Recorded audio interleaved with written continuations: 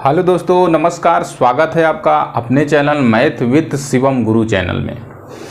तो दोस्तों, हम लोग लगातार मैथ की क्लासेस ले रहे हैं और आपको जो है अच्छे से अच्छे चीज़ें जो है डिलीवर करने की कोशिश कर रहे हैं। तो हम लोगों ने पिछले जो लेक्चर में है हमने शुरू किया था डिस्काउंट यानी कि छूट, और उससे पहले हमने प्रॉफिट लॉस जो है चैप्टर क्लियर कर लिया था, पूरा उसको हमने पढ़ लिया। तो लगभग मैंने उसमें प्रॉफिट लॉस में 95 क्वेश्चन कराए हैं। तो उसके आगे हमारा जो चैप्टर आता है डिस्काउंट, तो पिछला वाला जो वीडियो मैंने डिस्काउंट कर दिया है उसमें सिर्फ और सिर्फ मैंने कॉन्सेप्ट को समझाया है। लगभग 35 से 40 मिनट का वीडियो है। अगर जो लोग इसको पहली बार देख रहे हैं, जो मित्र पहली बार देख रहे हैं, वो वीडियो पिछला वाला जरूर देखें ताकि उनको बेसिक चीज़ें समझ में आए कि छूट क्या क्या चीज होती है, उसमें कौन कौन से टर्म यूज होते हैं। ठीक है ना। तो चलिए आइए उसी क्रम में आज हम लोग जो है कुछ छोटे छोटे और आसान से सवाल करेंगे, क्योंकि शुरुआत है, आज पहला दिन है। मैंने उसमें दो सवाल कराए थे। डिस्काउंट का ये दूसरा वीडियो है। पहला वीडियो मैंने बता दिया कि उसमें बेसिक चीजें समझाई हैं, कॉन्सेप्ट समझाया है, और उसी क्रम में हम आगे बढ़ेंगे। धीरे धीरे सवालों की जो है श्रृंखला को बढ़ाएंगे, और आज मैंने आसान बिल्कुल आसान सवाल लिए हैं। तो चलिए आइए देखते हैं। पहला सवाल मैं पढ़ रहा हूं। सीमा ने मोबाइल खरीदी और उस पर 18.5% छूट मिली। अगर 24% की छूट मिली होती तो वह 1650 रुपए अतिरिक्त बचा सकती थी। उसने मोबाइल के लिए कितना भुगतान किया? मेरी बात को बिल्कुल गौर से सुनिएगा, बिल्कुल आसान सवाल है। कह रही है कि सीमा है, सीमा जो है एक दुकान में मोबाइल खरीदने जाती है, तो उसको जो है इतने परसेंट का 18.5% का डिस्काउंट मिलता है। कितने का? 18.5% का डिस्काउंट मिलता है। सवाल में कह रहा है अगर वह 24% का डिस्काउंट प्राप्त करती, मतलब अगर उसको 18.5 के बजाय अगर उसको 24% का डिस्काउंट मिलता, छूट मिलती, तो कह रहा है कि वह 1650 रुपए अतिरिक्त बचा सकती थी। मतलब 1650 रुपए उसका बच जाता, नहीं देना पड़ता दुकानदार को। आप देख रहे हैं कि छूट बढ़ाया कितना, दुकानदार ने छूट 18.5 से बढ़ाकर 24% कर दिया। तो कितना बढ़ रहा है? तो आप कहेंगे कि ये बढ़ गया है 5.5%। उसने डिस्काउंट कितना बढ़ा दिया दुकानदार ने? भैया पहले 18.5% दे रहा था, लेकिन वो खुश होकर कह रहा है कि चलो अच्छा, अगर 24% हम आपको दे देंगे, अगर 24% दे देंगे तो आपका 1650 रुपए बच जाएगा। किसका? सीमा का। तो इसका मतलब यह है कि 5.5% डिस्काउंट बढ़ने की वजह से उसका कितना रुपए बच जाता है? 1650 रुपए। तो मतलब सीधा सा ये हुआ कि 5.5% किसके बराबर हो जाएगा? 1650 रुपए के बराबर हो जाएगा। ये बात समझ में आई भाई? 5.5% का डिस्काउंट होने की वजह से उसको 16.5 रुपए का जो है बचत होती है। तो 5.5% बराबर इतना के, तो पूछा क्या है सवाल में? तो कह रहा उसने मोबाइल के लिए कितना भुगतान किया। तो मोबाइल के लिए कितना भुगतान किया? भैया देखो, रियल में जो उसको छूट मिलती है, कितना मिलती है? इतना परसेंट, 18.5% की छूट मिलती है। तो अगर मुझको ये बताओ, इतने की छूट दे दिया तो वस्तु बिकी कितने में, बेचा कितने में? अगर मैं ऐसे मान लूं कि वस्तु अगर 100 रुपए की थी, आसान से बिल्कुल सोचो कि अगर 18.5 की छूट दे दी गई, तो इसका मतलब वस्तु को 100 की वस्तु होती, उस पर इतने का छूट हो गया, तो इसका मतलब दुकानदार ने बेचा कितने में? तो दुकानदार ने इसको बेचा है कितने में? 81.5% में। कितने में बेचा है? 81.5%। ये बात समझ में आ रही कि नहीं? बिल्कुल आसान भाषा में समझो। अगर 100 रुपए की चीज थी, उस पर 18.5% की छूट दे दिया, तो अगर 18.5% की छूट दे दिया, तो 100 में से 18.5 घटाओगे तो कितना आएगा? 81.5%। इसका मतलब 81.5% पर उसने बेच दिया था सामान को। अब मुझको यहां से बताओ, 5.5% बराबर 1650 रुपए के, तो इतना परसेंट निकालने के लिए हम क्या करेंगे? तो इतना परसेंट निकालने के लिए या तो एक काम करो, यहां से डायरेक्ट और हल कर लो। देखो यहां से दशमलव हटाएंगे तो यहां पर 0 लग जाएगा, लग जाएगा ना। तो आप जो है इसको 5 से पहले काट लो, 5 एकम 5, 5 एकम 5, हो जाएगा 5 3 15 और फिर से हो जाएगा 5 3 15 3300, फिर 11 से काट दो, 11 एकम 11, 11 3 33।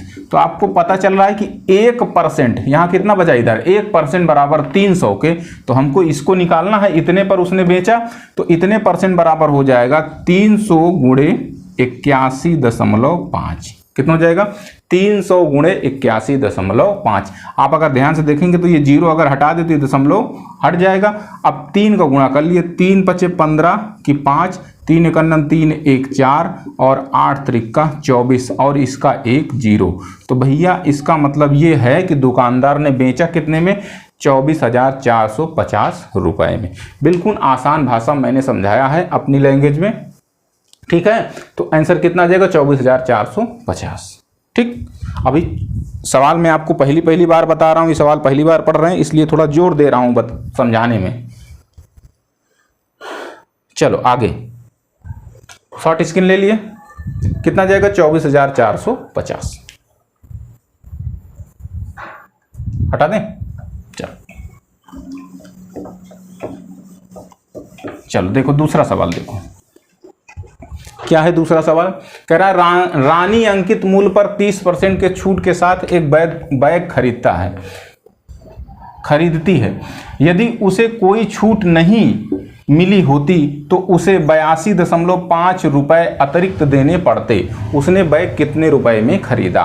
भाई देखो मैंने आपको कॉन्सेप्ट बता रखा है कि अगर आप छूट नहीं देते हैं किसी वस्तु को, अगर आप छूट नहीं देते हैं तो इसका मतलब ये है कि जो आपका एमपी है, मार्क प्राइस है, वह एसपी के बराबर है। ये कॉन्सेप्ट मैं बताया हूं कि नहीं बताया हूं, नोट करके लिखाया था कि अगर आप किसी वस्तु पर छूट नहीं देते हैं, यानी कि जितना लिखा है उतने में ही बेच रहे हैं, तो इसका मतलब ये है कि आपने जितना मार्क प्राइस है उतने में ही बेच दिया, मतलब एमपी एसपी के बराबर है। सीधा सा कहने का मतलब ये है।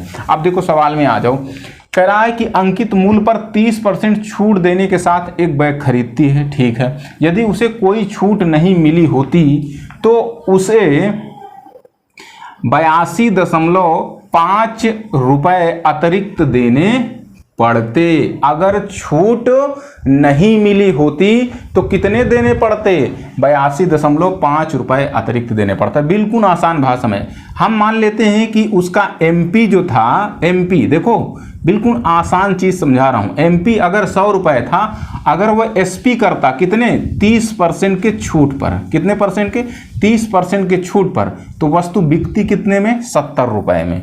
अब कह रहा है, क्या कह रहा है कि अगर यदि उसे कोई छूट नहीं मिली होती तो 82.5 रुपए अतिरिक्त देने पड़ते। मतलब इस वस्तु को कितने में बेच देता, अगर वह इतने में ही बेचा जितने की, जितना क्या है, जितना एमपी है, मतलब जितना उसका अंकित मूल्य है उतने पर ही अगर बेच देता तो भैया क्या होता कि उसको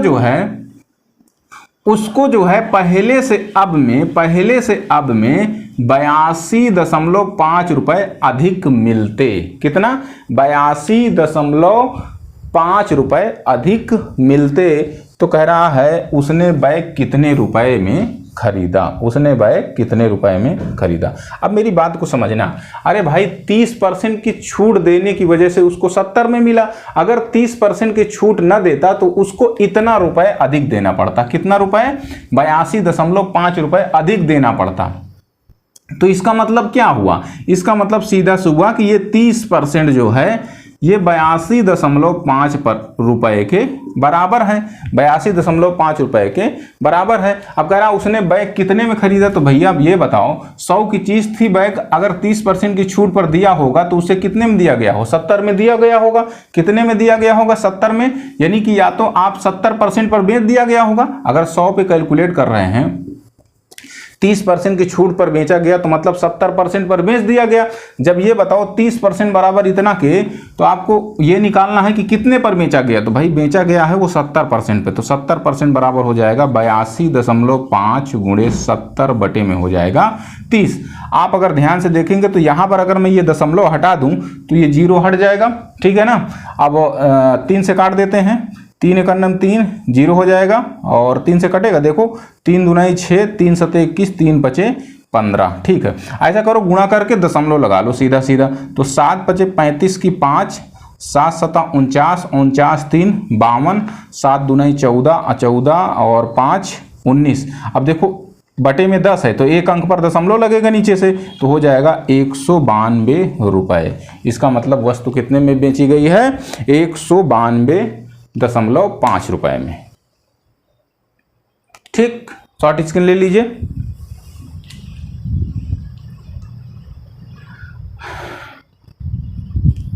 हो गया, चल अगला देखो। अगला क्या है? अगला भी आसान क्वेश्चन है, ध्यान से देखो। कह रहा है बिस्किट के एक बैग का मूल्य 24 रुपए है।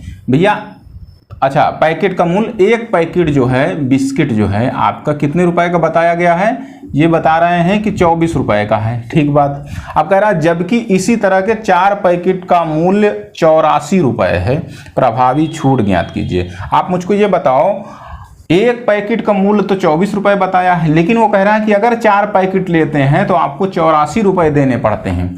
तो भैया ये बताओ कि अगर 4 पैकेट, अगर यहां पर देखो, अगर 4 पैकेट कितने का बताया गया है? 84 रुपए का, 84 रुपए का। तो यहां से अगर एक पैकेट का निकालो भाई, जब 4 पैकेट 84 रुपए का, तो एक पैकेट कितने का आएगा? 21 रुपए का। इसमें भाग दे देंगे 84 में 4 का, तो एक पैकेट कितने का? 21 रुपए का। देखो पहले दुकानदार कितने रुपए का दे रहा था? 24 रुपए का एक पैकेट। अब कितने का दे रहा है? एक पैकेट 21 रुपए का। तो उसने छूट कितना दिया? बोलो, छूट दिया है उसने 3 रुपए। कितना रुपए छूट दिया है? 3 रुपए छूट दिया है। तो डिस्काउंट परसेंटेज मैंने आपको बता रखा, डिस्काउंट परसेंटेज बराबर होगा डिस्काउंट इन रुपीज। कितने रुपए का छूट दिया? 3, गुणे में क्या हो जाएगा? 100, बटे में क्या हो जाएगा? डिस्काउंट हमेशा किसके आधार पर किया जाता है? मैंने बताया था मार्क प्राइस पर। डिस्काउंट किस पे किया जाता है? मार्क प्राइस पर। अगर उसका मूल्य कितना था? 24 रुपए, मार्क प्राइस 24 था, तो बेचा 21 में, तो छूट किस में दिया है? 24 रुपए पर छूट दिया ना, तो यहाँ पर आ जाएगा 24। 3 से काट दो, 3 8 24, और 1/8 क्या होता है? 12.5%।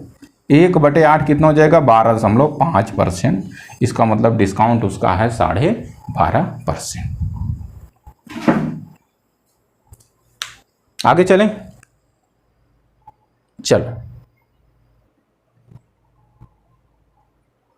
चलो अगला सवाल देखिए। सवाल में पढ़ रहा हूं, सवाल जब मैं लगा चुकता हूं तो आप लोग शॉर्ट स्क्रीन ले लिया करिए, ठीक है ना, तो आपको दिक्कत नहीं होगी। एक दुकानदार किसी वस्तु के अंकित मूल्य को 10% बढ़ाने का फैसला करता है। उसे उस वस्तु पर कितने प्रतिशत की छूट देनी चाहिए ताकि वह उस वस्तु को अंकित मूल्य पर बेच सके? आप चाहे 100 मान के कर लो, चाहे 10% को फ्रैक्शन पे मान के कर लो, दोनों तरीके से हो जाएगा। देखो कैसे करेंगे। हम पहले 100 मान के करते हैं। भैया मान लेते हैं कि एमपी, पहले से एमपी उस पर छपा हुआ था, 100 रुपए छपा हुआ था, ठीक है ना। किसी वस्तु पर कितना लिखा हुआ था? 100 रुपए लिखा हुआ था, या 100% लिखा हुआ था। अब दुकानदार ने अंकित मूल्य को 10% बढ़ाने का फैसला, देखो अंकित मूल्य को मतलब इसको 10% बढ़ाने का फैसला किया। कितना परसेंट? 10%। जब 10% बढ़ा देंगे तो ये कितना हो जाएगा? 110 हो जाएगा। यानी नया अंकित जो बन जाएगा, न्यू अंकित, वो कितना बन जाएगा? 110।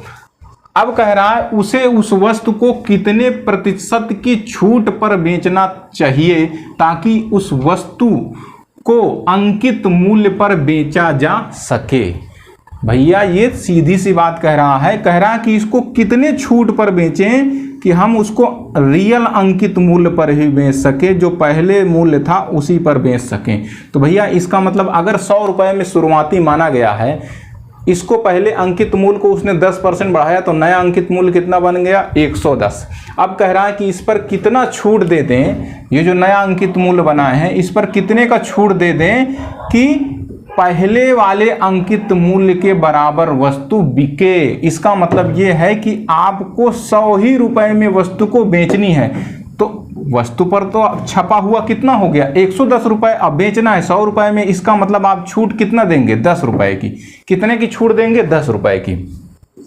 तो आपको पता है कि डिस्काउंट परसेंटेज यहां पर अगर देखा जाए तो डिस्काउंट कितने का है, 10 रुपए का। गुणे में क्या हो जाएगा, 100 रुपए। बटे में क्या हो जाएगा, बटे में हो जाएगा मार्क प्राइस। आप किस पर छूट दे रहे हैं, आप 110 पर छूट दे रहे हैं, ना कि 100 पर। आप छूट किस पर दे रहे हैं, 110 पर दे रहे हैं, तो यहां पर आ जाएगा 110। 0 से 0 कैंसिल, 100/11। आपको पता है 1/11 की वैल्यू होता है 9.9 सही 1/11%। आप इसी चीज को क्या कह सकते हैं, 9 सही 1/11%। मतलब उसको छूट देना चाहिए कितना, 9 सही 1/11%।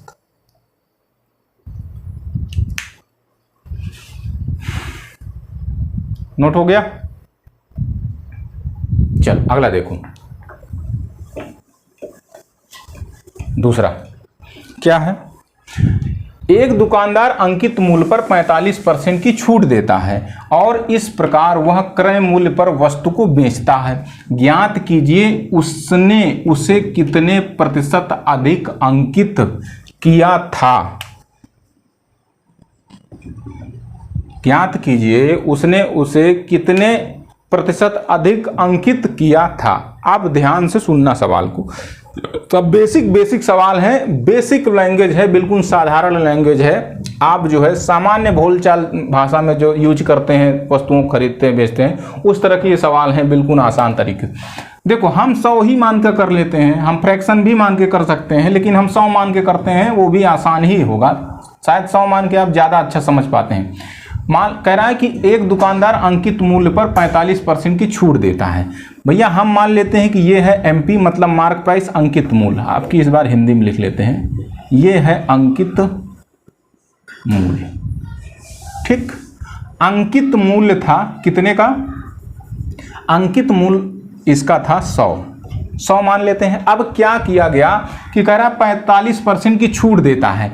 अब इस पे जो है 45% की छूट देता है। तो जब 45% की छूट दे देगा तो वस्तु बिकेगी कितने में, 55 रुपए में। अगर 100 मान रहे हैं, देखो 100 रुपए अगर अंकित मूल्य माना गया है, उस पर 45% का छूट देंगे तो वस्तु कितने में बिकेगी, 55 रुपए में बिकेगी। अब कह रहा है और इस प्रकार वह क्रय मूल्य पर वस्तु को बेचता है। अच्छा, एक दुकानदार अंकित मूल्य पर 45% की छूट देता है, ठीक है, हमने 45% की छूट पर इतने को हो गया। और इस प्रकार वह क्रय मूल्य पर वस्तु को बेचता है। ज्ञात कीजिए उसने उसे कितने प्रतिशत अधिक अंकित किया था। मेरी बात को सुनना, उसने कितने में बेचा, 55 में।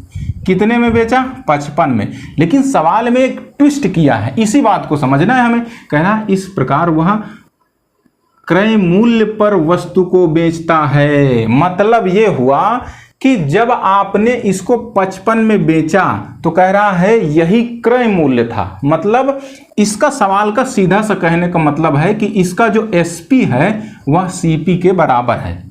इसका जो एसपी है वह सीपी के बराबर है। इसका एसपी है जो सीपी के बराबर है, तो हम इसको सीपी कह सकते हैं, ठीक है। तो उसने कितने प्रतिशत अधिक अंकित किया था।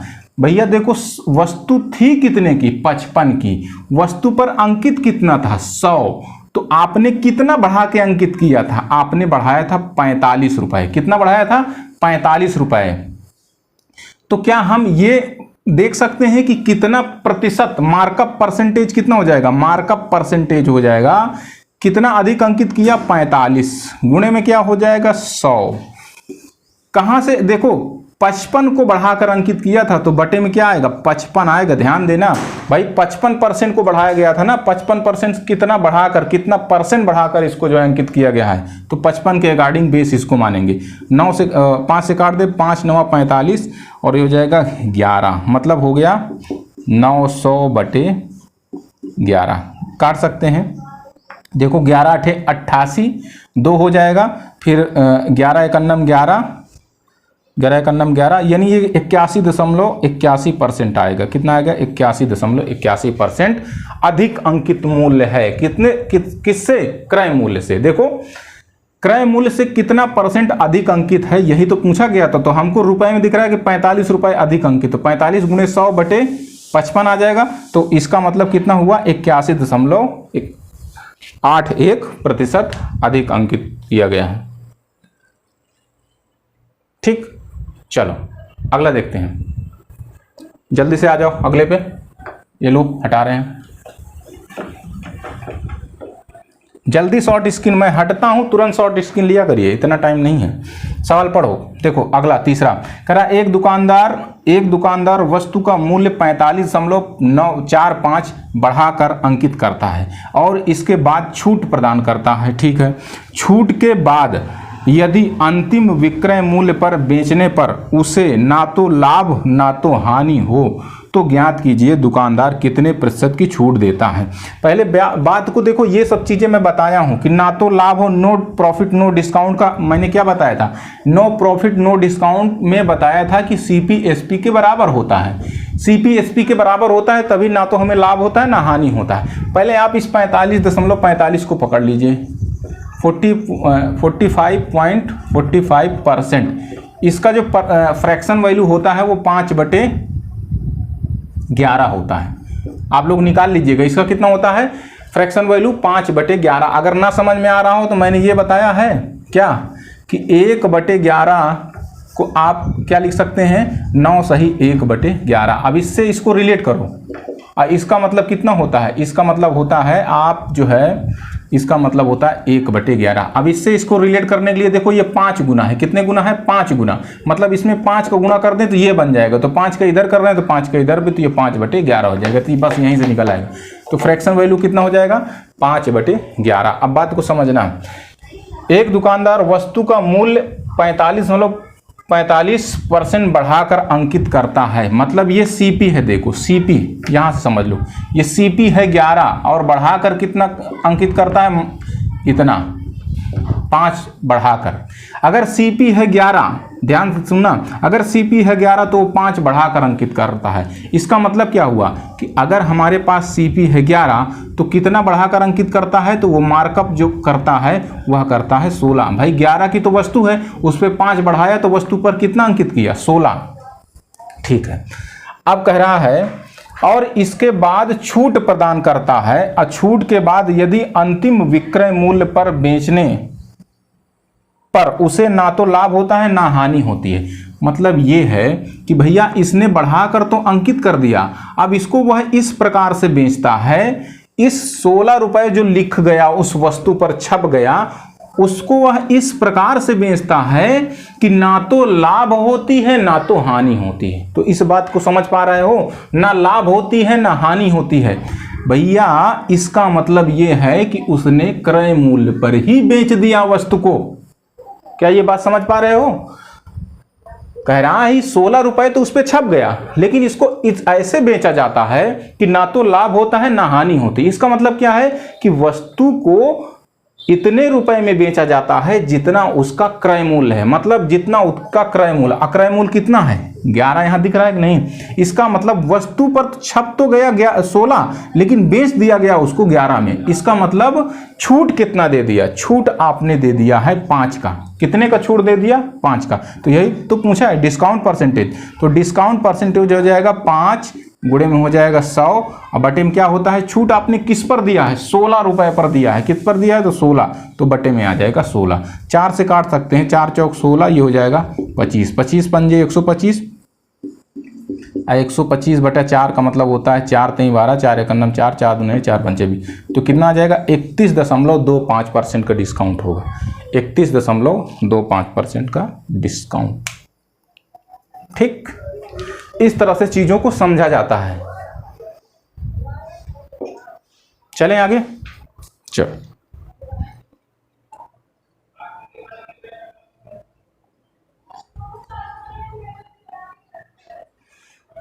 चलो अगला सवाल क्या है, एक दुकानदार ने 22% छूट पर एक वस्तु खरीद कर उसे अंकित मूल्य से 43% अधिक दाम पर बेचता है, उसे कितने प्रतिशत का लाभ हुआ। देखो हम मान लेते हैं कि भैया ये है इसका मार्क प्राइस, या हिंदी में लिख लेते हैं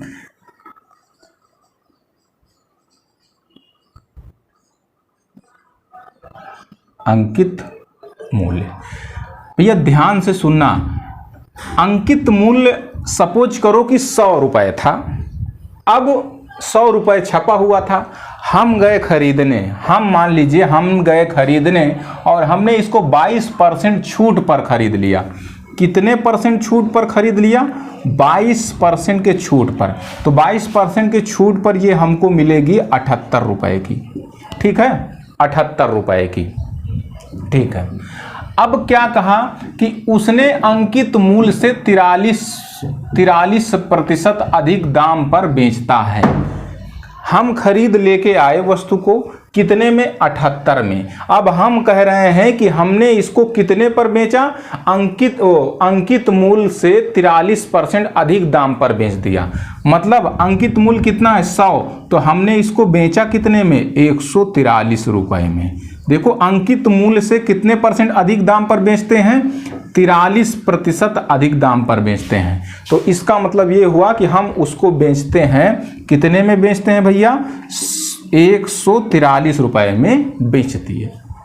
तो आपसे कह रहा है कि उसे कितने प्रतिशत का लाभ हुआ। कोई बात नहीं, आप वस्तु मैंने वस्तु रियल में खरीदा कितने का था? 78 रुपये का। अब देखो मैंने बेचा कितने में? 143 रुपये का। 143 रुपये का। आप चाहे तो यहाँ पर देखो रेशियो निकाल सकते हो। मेरे लिए ये सीपी होगा और यह एसपी होगा। मेरे लिए ध्यान सुनना, मेरे लिए मैंने इसको 78 रुपये में खरीदा, बेचा कितने में? 143 रुपये में। तो मेरे लिए ये हो गया सीपी, ये हो गया एसपी। आप इसको जो है किससे काट सकते हैं? 13 से काट सकते हैं। 13 छक 78 और 13 एकन्नम 13, 13 एकन्नम 13। देखो 11 बार में कट गया। ये हो गया 6, ये हो गया 11। अरे भाई हमने रेशियो में ले लिया थोड़ा से कैलकुलेशन कम करने के लिए। तो अगर सीपी है 6 तो एसपी हो जाएगा 11। इसका मतलब लाभ आप कितना ले रहे हैं कि 6 की वस्तु को आप बेच रहे हैं 11 में, तो आपको लाभ मिल रहा है 5 का।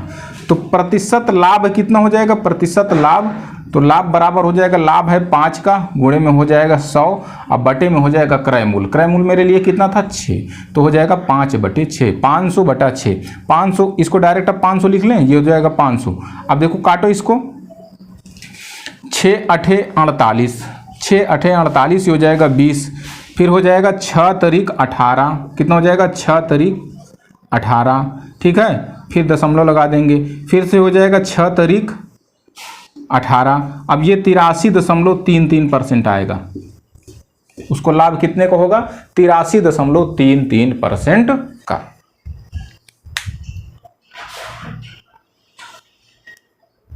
हो गया। 100 रुपये की वस्तु थी, 22% छूट पर मतलब 78 रुपये खरीदा। उसने कहा कि उसको अंकित मूल्य से 43% अधिक दाम पर बेचा गया, मतलब 143 पर बेचा गया। तो हमको सीपी से एसपी का अनुपात अगर मिल जाए तो लाभ हानि हम कुछ भी निकाल सकते हैं। तो सीपी था 78 और एसपी था 143। हमने रेशियो में चेंज किया तो ये हो गया 6, ये हो गया 11। मतलब 6 की वस्तु को हमने 11 में बेचा। लाभ कितने के लिए? 5 का। तो 5 × 100 मतलब 500 हो जाएगा, बटे में क्रय मूल्य। क्रय मूल्य कितना है? 6, हमारे लिए 6। तो मुझे लाभ कितने का होगा? तो लाभ परसेंटेज निकल आएगा 83.33% का। चलो अगला देखो, अगला सवाल पढ़ो तब तक आप। क्या है?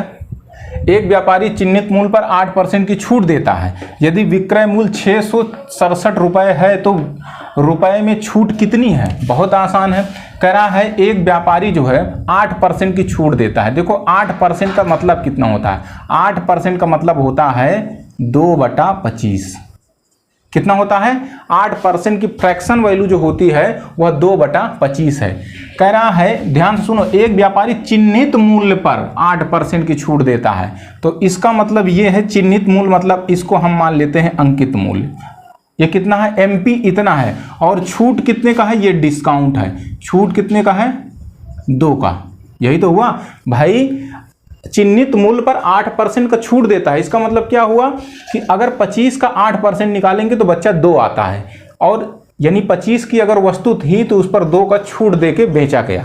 अब ध्यान से सुनना, कह रहा यदि विक्रय मूल्य है 667 रुपये। आप मुझको ये बताओ, वस्तु पर लिखा कितना था? 25 रुपये।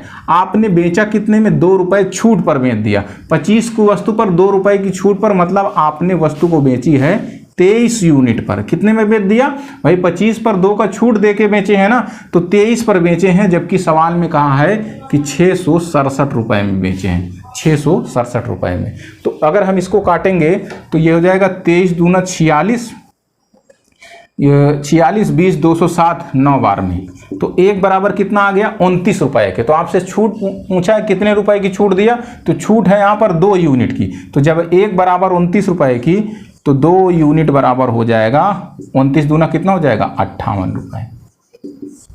29 दूना 58 रुपए।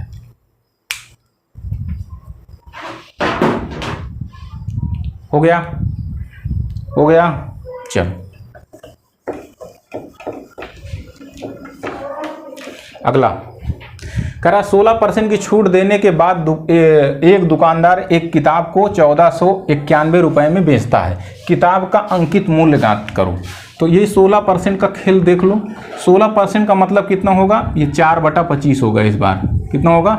4/25। अब आप ध्यान से पढ़ो। कह रहा 16% की छूट देने के बाद एक दुकानदार एक किताब को 1491 रुपए में बेचता है। छूट देता है मतलब अंकित मूल्य पर छूट दे रहा होगा। तो भैया ये है इसका अंकित मूल्य MP, और छूट कितने का दे रहा है? डिस्काउंट है, ये है आपका डिस्काउंट है। अब ये 1491 रुपए क्या दिया है?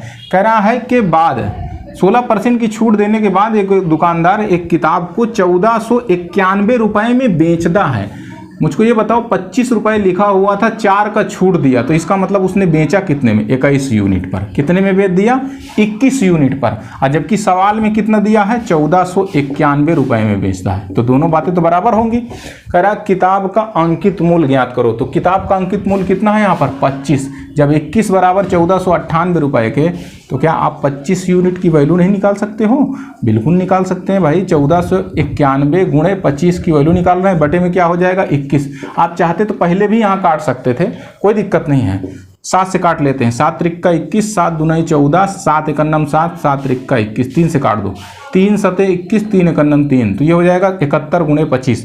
तो 71 गुणे 25 एकन्नम 25 की 5 हो गया, और 25 सत्ते 175, और 175 और 2 177, यानी कि आ जाएगा 1775 रुपए। कितना हो जाएगा?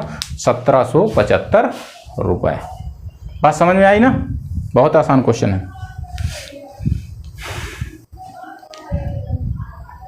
चलें? चलो